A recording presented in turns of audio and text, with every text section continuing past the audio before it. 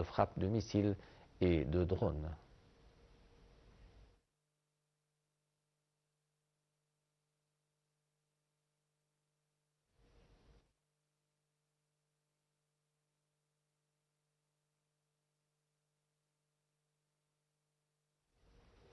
Et avec nous en ligne, M. Sam Abdel Fattah, l'écrivain et journaliste. Bonsoir, M. Sam. Oui, bonsoir. Alors, M. Sam, vous avez vu comment la guerre en Iran commence à dégénérer dans la région et les menaces iraniennes de frapper les installations énergétiques. Et aussi, aujourd'hui, ils ont menacé de frapper aussi Israël par des missiles. Après les frappes et les raids sur le Liban et les Palestines. Oui, on sait très bien qu'Israël, c'est Netanyahou, est déterminé à continuer les frappes à l'encontre de l'Iran, surtout les sites énergétiques, et jusqu'à ce que justement la destruction totale des centrales nucléaires qu'il prétend lui-même exister sur le terrain. Mais Donald Trump hier a fait volte-face.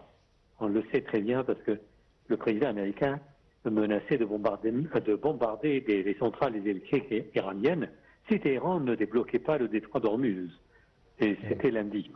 Et puis après, bon, il a finalement repoussé l'échéance de 5 jours et affirme ce qui étonne tout le monde, et affirme que des négociations de paix sont en cours avec un certain, je pense que c'est le président du Parlement, c'est Mohammed quoi, je n'ai oublié son nom, mais c'est un mystérieux interlocuteur iranien, puisque actuellement que le gouvernement iranien a démenti tout contact, toute communication avec le président américain. Oui. Ça, je pense qu'on a vu peut-être la figure aussi du président du Parlement, et le problème c'est que les frappes continuent, et que même les Américains eux-mêmes n'ont pas encore cessé les frappes. Et puis après, il y a autre chose, il y a d'autres rebondissements, parce qu'on sait très bien que les propos de Donald Trump eh bien, ne sont pas tout à fait confirmés par d'autres observateurs. Et ça, c'est vraiment pose un problème. Mais de toute façon, ce qui est très important, c'est que le ministre des Affaires étrangères iranien lui-même a démenti tout contact, toute communication, ou bien toute négociation éventuelle entre le gouvernement iranien, ou bien plutôt entre le président du Parlement iranien, que Trump lui-même considère comme une figure emblématique, importante, et qui serait, selon lui, élu pour être le président de l'Iran. Mais je pense que le président du Parlement lui-même a démenti ces négociations. Mais jusqu'à maintenant, on n'a pas reçu vraiment de nouvelles confirmées du côté de l'Iran. Et ça, c'est une chose. Et puis après, je doute fort que Trump lui-même puisse en fait débloquer le détroit d'Ormuz. Oui. Parce qu'une fois qu'on sait bien que, par exemple, il y a des mines où il y a peut-être, il est possible, par exemple, pour un navire, sachant par exemple que des missiles iraniens pourraient toujours être déclenchés. Donc, je pense que tous les navires seraient toujours hésitants à passer par le détroit d'Ormuz. Oui. Enfin, ça c'est une chose. Et pour le Liban, on le sait très bien que ici Netanyahou insiste en fait à créer une zone tampon. Mais cette zone tampon quand même occupe un large espace au sud du Liban. Mais les négociations n'ont pas encore en fait entamé pour discuter cette possibilité de créer une zone tampon.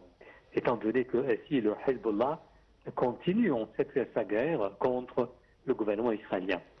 Et Dr. Sam Fattah, aussi, comment vous voyez aussi le rôle de l'Égypte dans l'apaisement des tensions dans la région? Enfin, le rôle de l'Égypte, en fait, jusqu'à maintenant, il fait son effort, il continue sa diplomatie pour calmer les parties, et puis après, l'Égypte se félicite en fait de la proposition de Trump, ou bien de la déclaration de Trump simplement le fait d'avoir des négociations en cours avec un mystérieux interlocuteur. Et l'Égypte, en fait, a envoyé des messages de félicitations à Trump et aussi pour exhorter Trump d'aller davantage dans cette direction de paix. Mais la situation, en fait, dépasse toute la diplomatie de la région. C'est pas seulement l'Égypte. Étant donné qu'actuellement, nous avons 3 parties et le problème majeur, c'est qu'aussi le pays du Golfe, les pays arabes du Golfe, maintenant constituent le théâtre aussi, les théâtres de ces missiles et des drones iraniens. Et actuellement, c'est Ce président aussi a dit que la sécurité aussi des pays du Golfe, c'est partie de la sécurité nationale de l'Égypte aussi. Ah oui, mais le problème, c'est que actuellement, vous avez d'un côté Israël qui continue ses frappes, et il a complètement un objectif complètement différent de celui de Trump. Trump maintenant est un peu hésitant. Et je pense qu'aussi Trump est en train de faire un bluff. Il est en train de faire des je pense que la manœuvres. situation le dépasse. Oui, La situation dépasse complètement Trump. oui. Parce que lui, il ne peut plus peut-être maîtriser Israël. Oui, je crois aussi que la situation est encore vague pour savoir comment ça se passe dans les prochains jours aussi. Monsieur Sama Fatah, merci bien d'être avec nous. Vous êtes écrivain et journaliste. La présidente, on continue notre journal avec la présidente de la Commission européenne, Ursula von der Leyen, a appelé mardi à mettre fin aux hostilités dans la région. Von der Leyen, qui s'exprimait lors d'un déplacement en Australie, a mis en avant les conséquences